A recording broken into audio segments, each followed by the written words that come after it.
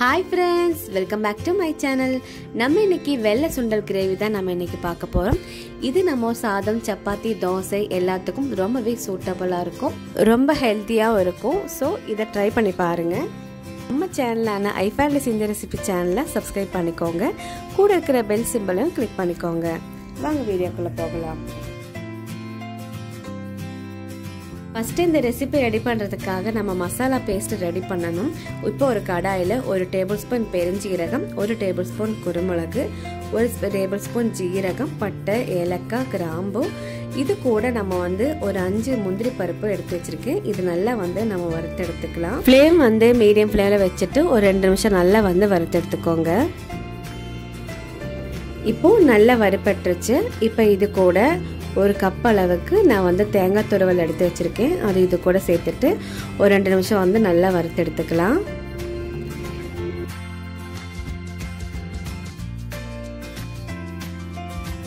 இது கூட தேங்காய் சேர்த்து வறுத்து எடுக்கும் போது நல்ல ஒரு ஃப்ளேவர் வாசம் வரும். இப்போ ஒரு கலர் சேஞ்ச் ஆக வேண்டாம். ஒரு 2 நிமிஷம் வதக்கிட்டு நம்ம அப்புறமா நல்லா பேஸ்ட் பண்ணி எடுத்துடலாம். போதும். இப்போ இது மிக்ஸி ஜாரில் சேர்த்துக்கலாம்.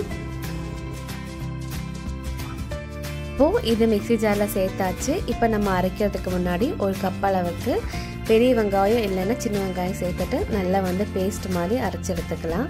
பாருங்கள், நல்லா அரைச்சி எடுத்துட்டோம். இப்போ இது ஒரு பக்கம் இருக்கட்டும். இப்போ ஒரு கடாயில் கொஞ்சமாக நம்ம ஆயில் சேர்த்துக்கலாம். நான் 3 டேபிள் ஸ்பூன் அளவுக்கு ஆயில் சேர்த்துருக்கேன். இப்போ இது கூட பெரிய வெங்காயம் 2 பெரிய வெங்காயம் பொடியாக நறுக்கி வச்சுருக்கேன். அது இது கூட சேர்த்துட்டு நல்லா வதக்கி எடுத்துக்கலாம்.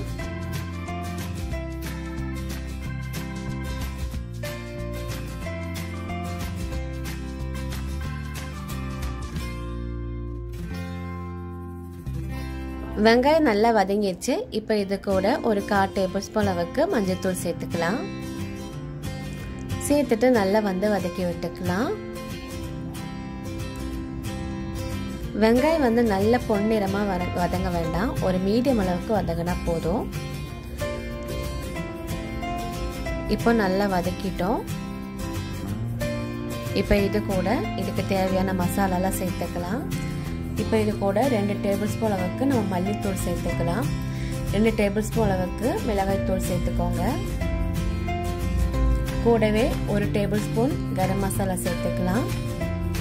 சேர்த்துட்டு நல்லா இதோட பச்சை வாசனை போற வரைக்கும் நல்லா வதக்கி விட்டுக்கலாம்.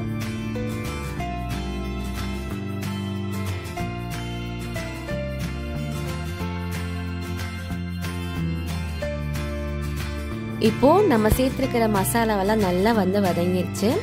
இப்போ இது கூட 2 தக்காளி நல்லா பேஸ்ட் மாதிரி அரைச்சி வச்சிருக்கோம். அது இது கூட சேர்த்துட்டு நல்லா வதக்கி விட்டுக்கலாம். தக்காளி உங்களுக்கு எந்த அளவுக்கு புளிப்பு தேவையோ அந்த அளவுக்கு நீங்கள் சேர்த்துக்கோங்க. நான் 2 தக்காளி தான் சேர்த்துருக்கேன். இப்போ இது கூட இஞ்சி பூண்டு பேஸ்ட் சேர்த்துக்கோங்க. இஞ்சி பூண்டு பேஸ்ட் நான் 1 டேபிள் ஸ்பூன் அளவுக்கு சேர்த்துருக்கேன். சேர்த்துட்டு நல்லா வதக்கி விட்டுக்கலாம்.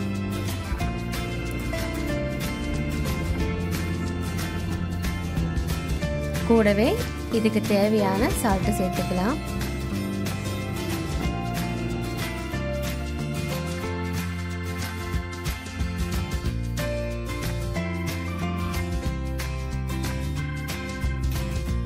நம்ம சேர்த்துருக்க தக்காளி நல்லா வதக்கி விட்டாச்சு.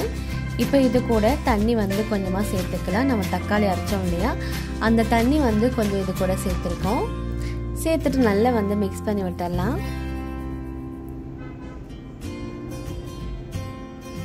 இப்போ நல்லா கொதி வர ஆரம்பிச்சிச்சு.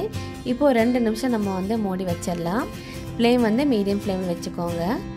அதோட எண்ணெய் எல்லாம் நல்லா பிரிஞ்சு வர ஆரம்பிக்கும். இப்போ பாருங்கள், அதோட எண்ணெய் எல்லாம் நல்லா பிரிஞ்சு வர ஆரம்பிச்சிச்சு. இப்போ இந்த ஸ்டேஜில் நல்லா மிக்ஸ் பண்ணி விட்டுடலாம்.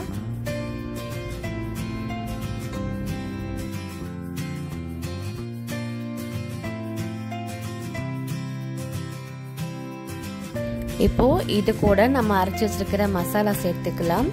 அந்த பட்டை, ஏலக்காய், தேங்காய் எல்லாம் சேர்த்து நம்ம அரைச்சோம் இல்லையா, அந்த மசாலா இது கூட சேர்த்துக்கலாம்.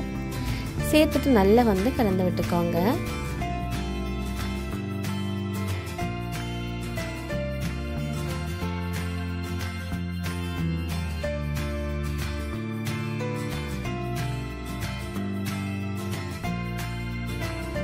இப்போது நம்ம சேர்த்துருக்கிற மசாலாலாம் நல்லா வந்து கலந்து விட்டாச்சு.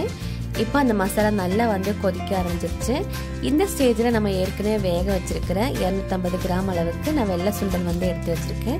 நல்லா வேக வச்சு எடுத்து வச்சுருக்கேன். அது இது கூட சேர்த்துட்டு நல்லா வந்து கலந்து விட்டுக்கலாம். நீங்கள் இப்படியே தாளித்து கூட நீங்கள் குக்கரில் சேர்த்துட்டு நீங்கள் வந்து கடலை வேக வச்சு எடுத்துக்கலாம். நான் வந்து ஏற்கனவே வந்து வேக வச்சுருக்கேன். இப்போ நல்லா வந்து கலந்து விட்டுக்கோங்க.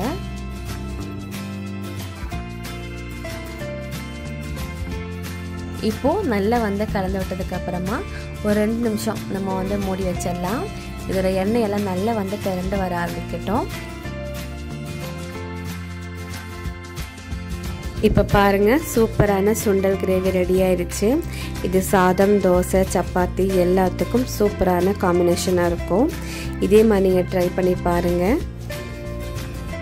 இது நம்ம ஈஸியாகவும் ரெடி பண்ணி எடுத்துடலாம். நம்ம நைட்டே வேணாலும் ஊற வச்சு எடுத்துக்கலாம்.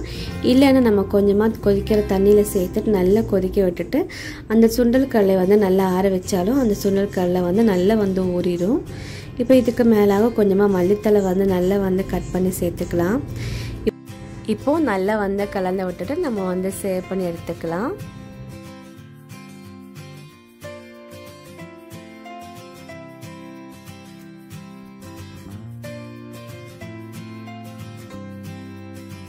இப்போ பாருங்கள், சூப்பரான வெள்ளை சுண்டல் கிரேவி நம்ம ஈஸியாக ரெடி பண்ணி எடுத்துட்டோம்.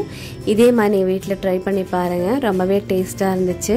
இந்த ரெசிபி எல்லாருக்கும் பிடிச்சிருந்துச்சுன்னா லைக் பண்ணுங்கள், ஷேர் பண்ணுங்கள். கீழே இருக்க சப்ஸ்கிரைப் பட்டனி பக்கத்தில் இருக்க பெல் பட்டனி ப்ரெஸ் பண்ணிக்கோங்க. அஸ்ஸலாமு அலைக்கும். தேங்க்யூ.